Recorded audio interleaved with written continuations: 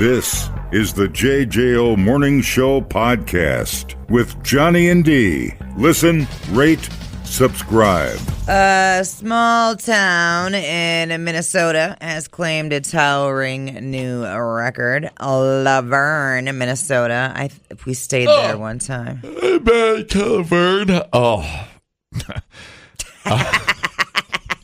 Caught me off guard there. Yeah. Sorry. Don't tell me. Luverne. Don't tell me. I'll tell you why I think I remember Luverne. This is really interesting. We got caught in a storm there. Is it up north of La Crosse? It's on the way to Sturge. Oh, then forget it. All right, go ahead. Okay. Well, they have a huge Nutcracker now. Population about 5,000. They unveiled a 65-foot, 7.5-inch Nutcracker named Vern the Patriot. Right outside a local rock shop. With its pedestal, the Uncle Sam-styled figure stretches nearly 75 feet above the prairie, almost twice the height of the current Guinness World Record holder in Germany. Jeez. It cost $600,000. What? It was funded by donations and grants. It features a working jaw and was assembled using pieces crafted in Utah. It's kind of wild. Is it out on the interstate? Sorry. Are you right, dude? I don't know what's happening. Is this a sleepy newscast? No, I can't stop yawning. It's not that I'm not interested, and I love radio. I just can't. I just can't stop yawning. I don't know, which is better than sneezing, I guess. I don't know what's. Now, Luverne already holds more Nutcrackers, 7,554. Is that real? Than residents. Wow. A collection rooted in Betty Mann's 2001 purchase at a Cracker Barrel following personal loss. Shop owner Katie Walgrove says customers have quadrupled since the Nutcracker's June completion. No kidding. Yeah. Well, how wild is that? That's cool, because there ain't a lot else to do in Luverne, if I remember it right. Correct. Now I know Luverne. It's out by Sioux Falls. Yeah. Yeah. Yeah. That's the Great Void on the way to Sturgis between Correct. La Crosse and Chamberlain. There's not much to see. A lot of wind farms and nutcrackers, I guess. And I guess you can throw the Corn Palace in there if you have to. Yeah. So Betty Mann, she's 96 years old. In 2001, her daughter and her husband had recently died. She went to the Cracker Barrel, and she started buying nutcrackers, and she kept buying them. Oh, my God. And kept buying them and buying them. And she ended up with more than 2,500 nutcrackers. In 2016, she donated them to the town's historical society. Holy! I am the king of Poop Town. Wow. Then others started donating. And that's how they got to 7,554 You can't drive through Luverne without getting your nut cracked. So it's like a bobblehead museum, except nutcrackers? Is that what I'm reading into this? And then the mayor said, we're crazy if we don't utilize the Nutcracker collection. So the city committee. Only somebody in a town that small can a mayor have license to say, we're crazy out here. We're literally crazy. And if we don't utilize these nutcrackers. It's like, some bitch, I'm starting to believe you. I think you are crazy. We are crazy. A city committee came up with the idea of building the world's tallest nutcracker. Yeah. And Vern was convinced. You know what I'd rather have than that stupid Nails Tails down in front of Camp Randall? A giant 300-foot nutcracker. Yeah. That's what I'd rather have. And they said, well, some bitch, it's going to be the 250th anniversary of this great nation here. Yeah. We're going to build us an Uncle Sam-themed nutcracker. That's pretty cool. Several years in the making. I mean, total waste of everybody's time, but still kind of cool. Why not? The head and the hat had to be lifted on with the crane. Wouldn't it be cool if they sat down and, what's her name? Betty. Oh, Betty. Wouldn't it be funny if Betty would have sat down with the mayor and the mayor said, Betty, I got an idea.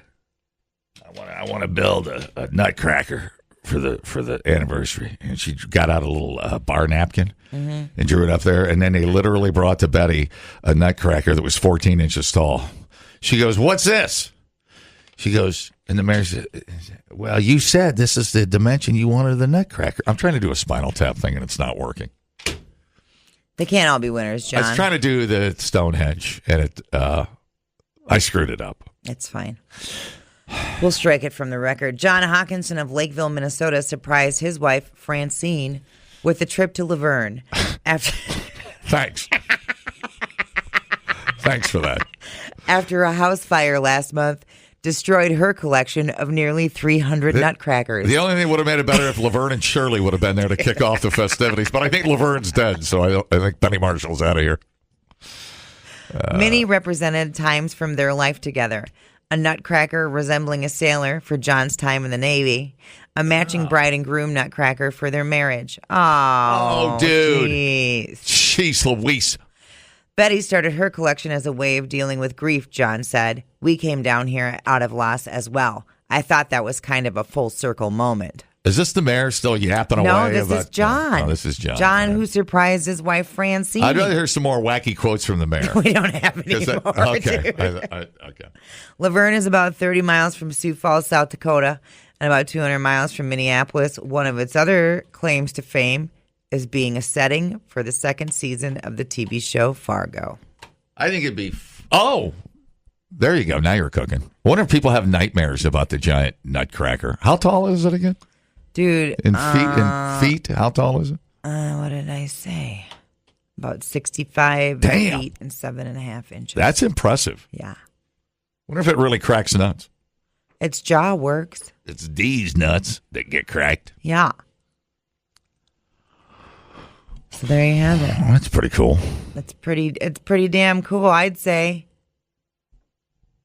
Laverne hosts a Nutcracker Fest every summer. Well, it would make sense if it actually cracked a nut. If you could get a sky or a crane or something to put a nut in its mouth.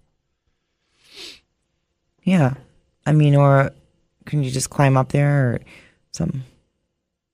They should have had a system built into it where you could do a dumbwaiter and take a nut up to the mouth, and then to kick off, you all count down like New Year's Eve, and the nut cracks or something. I don't know, I feel like just having the friggin' 70-foot nutcracker is enough, dude. Yeah, I suppose. Plus they have over 7,550 friggin' nutcrackers. Yeah. In the museum. I think we're cooking with nuts, dude. Pretty fun. That gives us a little distraction on the way to Sturgis. Dude, I think we need to stop in Luverne. Yeah. Is it out by the is it out on the interstate? Did I ask you that? Can you see it? It's not far because I remember I stayed there. You stayed in Luverne? Yeah. What for? On the way to Sturgis because it started friggin' downpouring. Yeah, I suppose. Sioux Falls is about a decent place to stop. Dumbing down your smartphone.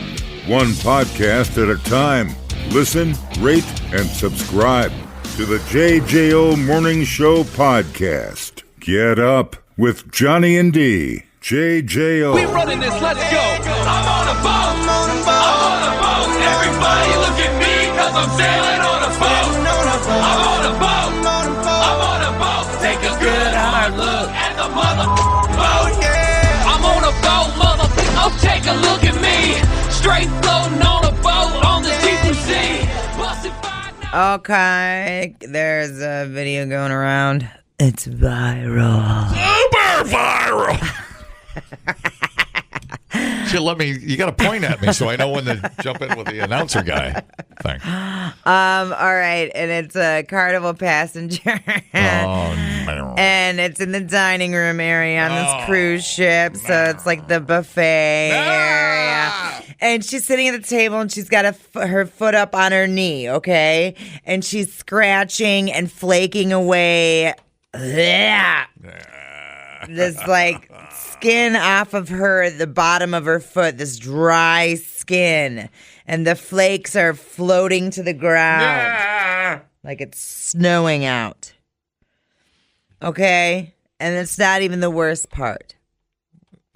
She dusts off her fingers and goes back to eating off her plate. Oh, okay? yeah. And just so she's scratching, picking, and then eating. She should walk the plank. Scratching, picking, eating. And then she grabs her fork. Oh, no. Oh, yeah. And I got me a callus. I gotta cut off with a fork. Uses her fork and scratches her foot. Dude.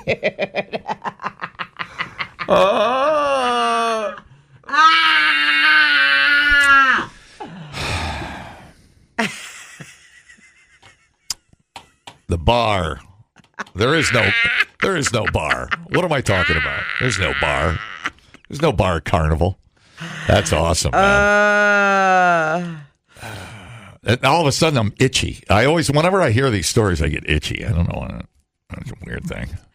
It's not good, dude. It's not going to stop me from cruising, but I'll give the forks a little side eye next time on a Princess Cruise line. I'll smell the fork before BYOF, dude. See if it smells like foot. Carnival responded. Said, we can confirm that forks are intended for food, not foot care. Okay, that's funny. Once we became aware of the situation, our team quickly addressed it with the guest and removed the utensil from service. While the video may be generating laughs and gasps online, cleanliness and hygiene are no joke to us. Our crew works hard every day to maintain high standards across our fleet, they cross that out. Fleet. And to ensure all guests enjoy a safe, clean, and comfortable vacation. See you on board. Well, there's nasty. I don't know how you stop nasty people from doing nasty things. I mean, what do you travel with your own cutlery set? I mean, right. What do you do? Well, and let's be honest. Look. Run that thing through a hot dishwasher. I could care less. Exactly. That's probably the least dirty thing that's going around the cruise ship. I was gonna say they get sanitized. Yeah, whatever. Who cares? I mean, I'd rather still have a real fork than a plastic fork. Just wash the damn thing. I just can't believe. I'm more upset about her picking and flaking it off on the dining room floor. Can you get athlete's foot? Like, stop it. Can you get athlete's foot to your gums? Can it transfer? You get hand, foot, and mouth disease. Jesus Christ. We had to haul the ship out to the ocean and sink it with the people on it. There was no coming back. Everybody was just so disgusting. And I always assume that stuff isn't washed completely. Things are missed. I mean, you're dealing with 3,000 to 6,000 people eating on a cruise ship. Nothing's perfect, man. Don't go to those places then. More room for me. It's pretty gross, dude. Oh man, I've had I've been yelled at. My wife, i.e. the Nutcracker, Laverne ain't got the only Nutcracker. I mean, I've rinsed stuff off and put it away that still had food stuck to it that I thought I got. That I didn't run through the dishwasher. I eat, I rinse it off. I put it away. Whatever. Not the end of the world. Oh, no. Get over yourself. Jeez. Oh, God. I'm just having flashbacks because I had to get after Avery for that crap, and Avery was like, "You're always nitpicking at me." And I'm like, not really. Asking to not have chunks of food on dishes is not nitpicky. Well, yeah, I mean, whatever. I'm just saying stuff gets by. I mean, whatever. And it's not a perfect world, But the fork is taken out of service, right? Taken out of rotation. Yeah. I remember. How they tracked down the fork, I have no idea. And it's now under a secure lock and key with a guard outside the door. You picking at your feet during In This Moment Sound Lounge. Well, we were talking to Well, I didn't even know. I didn't even know I was doing it. That's so weird. Did she say something? I don't remember. No, but she looked at me. Yeah. And I was like, I just shrugged at her. I was like, I don't know, he's comfortable. He's comfortable. All right. And then I looked at her and I said, "I love you." Yeah. Maria. Medford police are asking for the public's help tracking down a man they say slipped his phone under women's skirts while they shopped at Aldi. Oh, yeah. Not the Aldi. Howdy. Same old creeper. Approaching at least 2 different women in the aisles. No arrest has been made. The case began when a shopper told officers that a man had placed his cell phone under her skirt when she was browsing in the store. Yeah. How do you just do that? Oh, whoops, I dropped my phone. So the incident took place at about 11:20 a.m. and 1:03 p.m. the same day. How that dude going to be at Aldi for that long? Yeah. That's a long time to be shopping in Aldi. It's true. Police released still images of the creep they're looking for. Dude in his 20s, thin build, thin beard, short haircut. Wearing black Crocs, over-the-ear headphones, blue-collared shirt, gray shorts. That sounds pretty creepy. The Aldi upskirt. How hot. Now, Massachusetts criminal law makes it illegal to secretly photograph or electronically surveil another person's intimate parts. Wow, good. I would hope that's illegal everywhere. Could be up to 2.5 years in prison. So I hope they catch him. Man, that's creepy as hell. I try to get my upskirts at the Cheesecake Factory. Aldi, the Aldi broads, they're not my type. You know what I'm saying? I try to keep it the Cheesecake Factory. You ain't never been to no Aldi. Yeah, I actually have. Have you? I've actually been in there a couple of times. I don't even know why. Why was I in the Aldi? I don't even know. I think usually I go in there because something's pissed me off somewhere. So I go to the Aldi and see if they got a better deal or something. I can't. Or why was I? Why? What would have provoked me to go to Aldi? I don't know. There's the one down here on the west side, and I think you told me to probably go buy something, so I went in there. I don't know. Aldi's a bomb. I'm not saying it's not the bomb. Yeah, it's a bomb.com. Yeah, I'm not saying it's not. Yeah, and there'd be all kinds of people inside the Aldi. Mm-hmm. Yeah, probably you told me there was a product, and I should go try it out, and then I come back, I rant and rave, and then I forget to go back.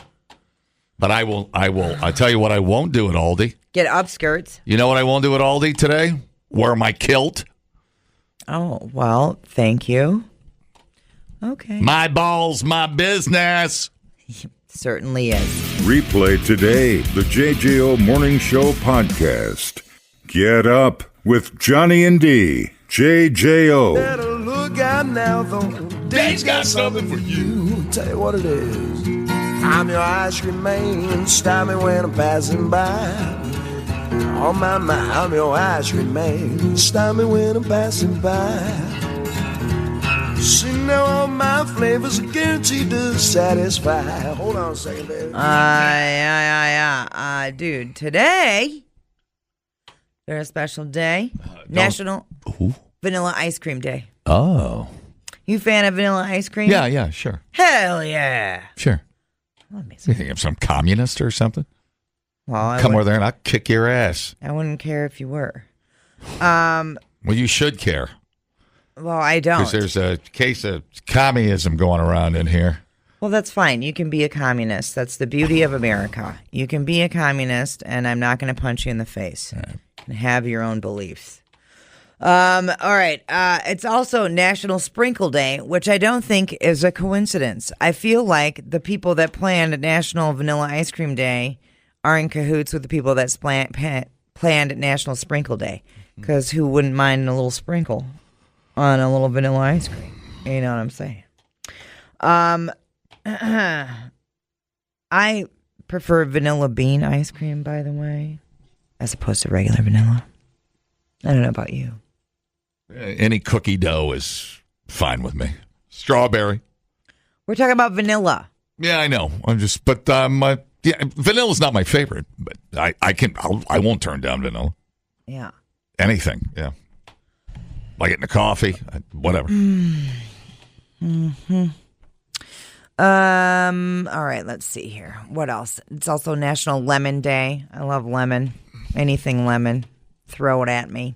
National Refreshment Day. What's your favorite refreshment? Iced tea. Yeah, probably unsweetened iced tea, homebrewed preferably, but yeah, refreshments. I used to drink what's that Snapple? That peach. It's been a minute. Peach lemonade, I think. Yeah. That was ice cold, nectar of the gods. Yeah. And then what's the Gatorade? The fruit punch Gatorade's fantastic. Really? Yeah. And the glacier and the grape, but the fruit punch, God, is a little sweeter than most of your Gatorades. But man, ice cold, that's fantastic. I like the lemon lime Gatorade. Yeah, that's not bad. But there's also a cucumber Gatorade that is off the chain. Really? God, is it refreshing? And you know I love cucumber. Yeah. Cucumber vodka. It is. It's so, because it's just so, it's not super sweet, obviously. But there's something about that cucumber that makes it like. Oh, cucumber rules, dude. It like feels like it cools you off more or something. Just I like don't know. crisp. Yeah. How long is that? Why have I not had that? It's hard to find. I was going to say, I've never seen that in a store. I'm sure I would have added vodka to. I mean, I'm sure I would have drank it and enjoyed it. Yeah, it's a cucumber. Whoa. Well, it's lime cucumber Gatorade. Lime cucumber. I got to go find it. But I would definitely say the cucumber is more prevalent than the lime. Oh, man. Yeah, like the cucumber gimlet, you know. Oh, just muddle your cucumber. Little lime juice. Okay, let's see. But I got a bottle of it at home. Who makes that cucumber mint? I talk about it all the time. Is it Kettle One? Wow, you can just drink that on the rocks if you want. It's fantastic. Yeah, it's super good. Yeah, shake it up. Do a little lime juice, a little simple syrup. Got a little bit of that hanging out. Splash Club soda. Oh, pow, pow. It's also peanut butter and chocolate day. Peanut butter and chocolate. It's one of the greatest combinations. Freaking love peanut butter and chocolate. Okay, yeah, no argument. Obviously, Reese's is the first thing you think of. Duh. But also, I think of Scotcheroos. That's a great peanut butter and chocolate. You know, you can also do your cucumber mule as well with a jalapeno. That's always, if you haven't done jalapenos, muddle one down in there. And, fantastic. Refreshments. Good talk. Love them. Who knew? Freaking love refreshments. Get in me, cucumber. Ooh. Yeah, you got to track down. Wow, that's good. God damn it. I say the dumbest things. But not too much in No there. cucumber is safe around danger. Not too much cucumber. I'm already in danger. having a hard time with that hot dog I was biting out of the holster. I don't need to defend myself against the cucumber. Hey, Is that what you were shopping for at Aldi? you want to hear this this outer space thing, or do you want me to save it? Yeah, go ahead. Where'd I put it? This is such a weird stuff. I didn't even know this. The let me go to the story here. November 19th, 1969. Where were you at? U.S. astronaut Alan Bean was taking part in human history's second ever moonwalk. Standing on the lunar surface, he flipped a page of the mission checklist affixed to his wrist, and there it was. A heavenly body he didn't expect. Playboy's Miss December, 1968. Have you ever heard this story? No. Me neither. She was in a Santa hat and totally naked on his little wrist checklist while he was on the moon. What the hell? NASA's wrist checklist. Moon boner. A moon boner! Like that old James Bond theme song. NASA's wrist checklists were the NFL quarterback wristband playbooks of space travel. The moon to-do lists of Bean's predecessors, Neil Armstrong and Buzz Aldrin, had been brief enough to fit in a single panel sewn onto their sleeves, but Apollo 12, Bean and Mission Commander Charles Pete Conrad had a 3.5-inch square spiral-bound booklet of 30-plus pages on their little wrist playbook, things they had to do. Yeah. Moonwalk, hit a golf ball, plant a flag, crack open a moon boner. Cryptic, acronym-laden shorthand instructions covered everything from setting up the solar wind spectrometer to sampling the lunar surface to taking a leak to see where the pee would go. But 2.5 hours into Bean and Conrad's lunar walk, it became evident their checklist had been augmented. There it was. Prankster colleagues on the Apollo 12 mission had clipped Playboy playmate Cynthia Myers in her Santa hat from a centerfold, totally naked. That's incredible. Copied the image onto agency-approved fireproof plastic-coated paper and added the caption, "Don't forget, describe the protuberances." When Bean saw it, he started laughing into his microphone. A few pages more, flipped exposed Miss January, 1969, Leslie Bianchini, with the instruction survey, ... her activity. Oh, my Lord. He hopped over to Conrad, whose checklist had also been covertly amended before liftoff, sporting Miss September, Angela Dorian, with a coy smile and annotation that read, "Seen any interesting hills and valleys?" Jesus, things you would get frigging fired for. Holy smokes. And then he flipped another page, and there was Miss October, 67, Reagan Wilson, leaning back against a stack of hay bales, and the caption, "Preferred tether partner." Oh, boy. The guys on the moon were giggling like schoolboys. Moon boner! Back on Earth, Houston thought they had a problem. Was something awry? The guys at the controls did not know. Right. They had space boners. Yeah. They thought they might have been drunk because they were giggling. With Apollo 12's return to Earth, photo evidence of the prank were put on restricted access, and NASA stayed tight-lipped about the lunar. Oh, I'm sure. For a whole quarter century, only agency insiders were in on the joke until a 1994 Playboy tell-all by D.C. Agel spilled the beans on how the four playmates tagged along for a moonwalk. Wow. It was tough, lonely work for those astronauts. They needed a break. Luckily, they had naked company. Are moon boners harder because of the lower gravity? That's a great question. You could crack walnuts with that thing. Yeah, dude. Why the secrecy? We thought some people back on Earth might become upset if they found out we had Playboy playmates on our checklist for sure. using tax dollars. Yeah. It's a good move to keep that a secret for a bit. Conrad. Thank you. That's the noise of a space boner coming to fruition. Yes, may I have another? Conrad passed away in 1999. His checklist is behind glass alongside a suit at Space Center Houston. Bean died in 2018, leaving his possessions to family. This week, his estate goes up for auction. This weekend, as a matter of fact. Weird. Artifacts includes Bean's extravehicular gloves and surface-used geological hammer. He was allowed to keep that stuff? Heritage Director of Space Exploration-related auctions, Brad Palmer, had seen a lot of lunar-flown artifacts, including the sale of Neil Armstrong's estate. But Palmer is titillated about this collection. These are things that have never been sold before. Artifacts put to use on the lunar surface are next level for space collectors. There have been other checklists sold in the past at auction, but the one... And the story behind it is the holy grail of lunar checklists. Oh, I'm sure, yeah. With the naked ladies on it. Oh, my God, is that something? And it's really cool when you start looking at these things. They've got little cartoon drawings on, literally, well, they are cartoon drawings of them in spacesuits and how to go down the ladder and close hatches and stuff like that. Yeah. So, the playmates were a dear memento of the real world and the way it was in those years. The astronauts may be no longer with us, but the laugh they shared on the moon and the space boner lives on.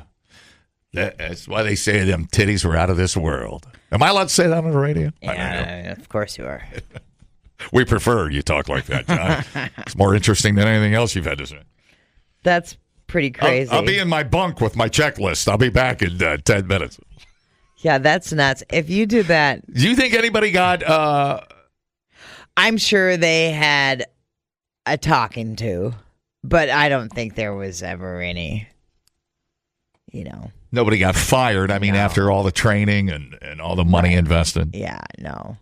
But I'm sure it was a... You think they sat down and go, look, you guys. You can't be doing that. And I'm sure they giggled about it, even at the meeting.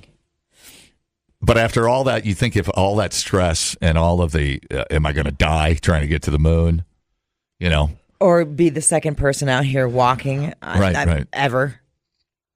It'd be weird if there's one astronaut on the moon looked over and looked at the other guy's checklist and he goes, Houston, I think we have a nipple. And there it is. Oh, wild. It's a great story, and it's dudes being dudes. It's the ultimate example of dudes being dudes. Very duty. Even on the moon, you can't fight boobs. I think it's a great prank. That's one. And they're just sitting there giggling. One small stroke. You don't know, it's small. You guys might drink it.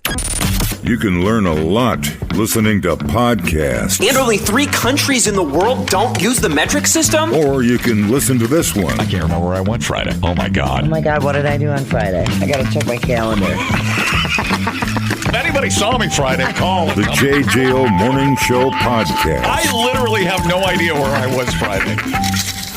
Johnny and D, nowhere but JJO. Yeah, wow, Jimothy, that came out of nowhere. Yeah, the Jimothy thing. God, that is... Your eyes don't know how to look at that little critter. It feels like, your eyes deceive you. Yeah. It's like half a raccoon. Well, people are obsessed with Jimothy. Now I got to tell everything about everybody about Jimothy. It's like a calf born with 2 heads. Yeah, but Jimothy's going to live. Good. Yeah.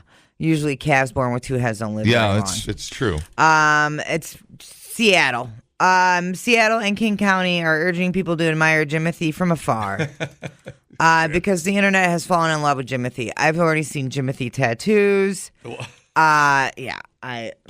It's crazy. Jimothy, believed to have a rare condition known as short spine syndrome, became an internet sensation after a Seattle resident shared backyard security video of him. The footage received millions of views, drawing attention far beyond the neighborhood where residents say the raccoon has roamed for years. Growing attention prompted public health to remind residents not to feed, approach, or interact with Jimothy or other raccoons. That's why I'm afraid all this tension's going to get a little Jimothy hurt. Some idiot's going to go try to catch Jimothy and do weird things to him. We fell hard for Jimothy and all of his memes, but our public health veterinarian reminded us that all wildlife needs some distance from humans. Yep. Yeah, go on. Try to pet a raccoon and see what happens.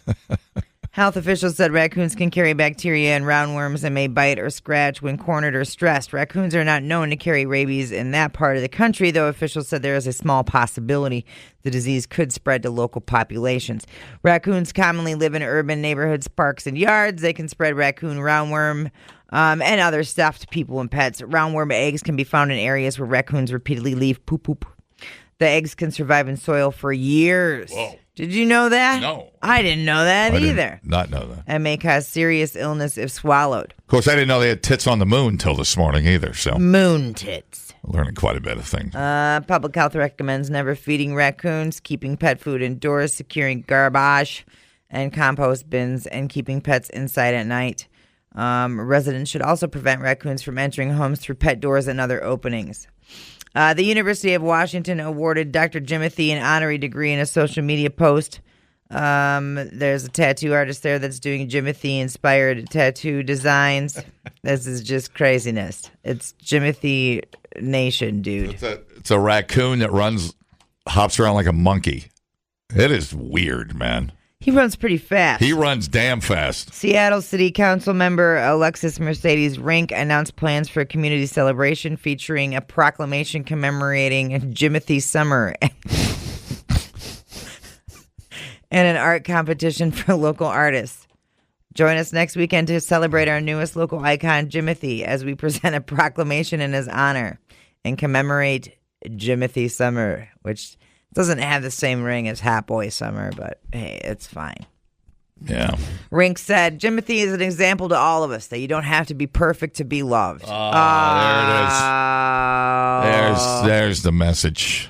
I like it. For all you funny-looking people out there that hop around. All you ugly bitches. All you some ugly human bitches out there that got a hop-along leg. We love you. We love you. Well, celebrating Jimothy's place. Got a bad hip. Hopping around with a bad hip. We love you. Well, celebrating Jimothy's place in Seattle culture, health officials said residents should avoid contact with raccoon poop, urine, and contaminated soil or water. Anyone bitten or scratched by a raccoon should contact a healthcare provider. Okay, so did I miss how he got the name? Did we go over that? I'm not. I think the internet just named him Jimothy. All right. Yeah. So. So is Jimothy already shortened for this creature? Is the word Jimothy already short for something, or do we need to shorten up Jimothy because it's half a raccoon? Call it like Jithy or something. Why Jimothy? I think it's got to be a good reason behind it. I can't think of it right now. It came from The Office, right? Oh, little Jimothy. Yeah. You little cutie. So there you go. Oh, man. Wouldn't it be cool if you had just little baby Jimothys? Oh, yeah, that's the quote. He looked like a Jimothy. There you go. That's from The Office. Okay, yeah. Gotcha. Well, good. I mean, he's tough. He's out there trying to, he's just trying to get along like everybody else. Yep, just doing Jimothy things. So, I knew the body, what do they call it? Dysmorphia. I know. I had a feeling that was going to pop up here. But that body dysmorphia would be if Jimothy thought he had a regular, normal raccoon body. All the hunchbacks are crying, and so Jimothy doesn't know he's a Jimothy. That would if that would be body dysmorphia. If Jimothy thought he had a normal raccoon body, right? Which is okay. Then there you go. Yeah, he's just rocking what God gave him. So yeah, that's. Excellent. Man, oh man, what is this crazy timeline? I think we ought to put him on the coin. I think a block of cheese and a short-spined raccoon would jazz that coin right up in Wisconsin. We're all Jimothy. Short-spined, little, feeble, sad, but not knowing it. Day-to-days. Okay, well, get out to the forest. You might find yourself your own little Jimothy. North Carolina State University researchers found that sitting in a forest or forest-like area while listening to bird song significantly reduced stress. Study tested 106, so it's not like a gigantic study, but hey, 106 North Carolina State students across different combinations of location and sound. Students spending 10 minutes in a restored forest paired with recorded bird song reported the lowest stress levels and most positive feelings. The worst outcome came from a gray campus area paired with traffic noise. That makes sense. Researchers noted both the setting and sound contributed independently, though location proved the stronger factor for feelings of restoration. Authors suggest strategically placed urban green spaces could offer accessible, low-cost mental health relief. Longer studies are needed to determine if effects extend beyond the 10-minute window tested. But 10 minutes out in the forest, listening to birds. Oh, man. I think the ringing in my ears would be too loud. I think that might be too quiet. I think I'd slowly go insane. They're going to make a bobblehead of Jimothy.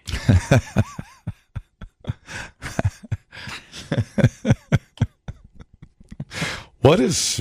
Well, you know what? The world is an effed up place. That's right. Any distraction, right now is amazing. The JJO Morning Show podcast with Johnny and D. Listen, rate, subscribe.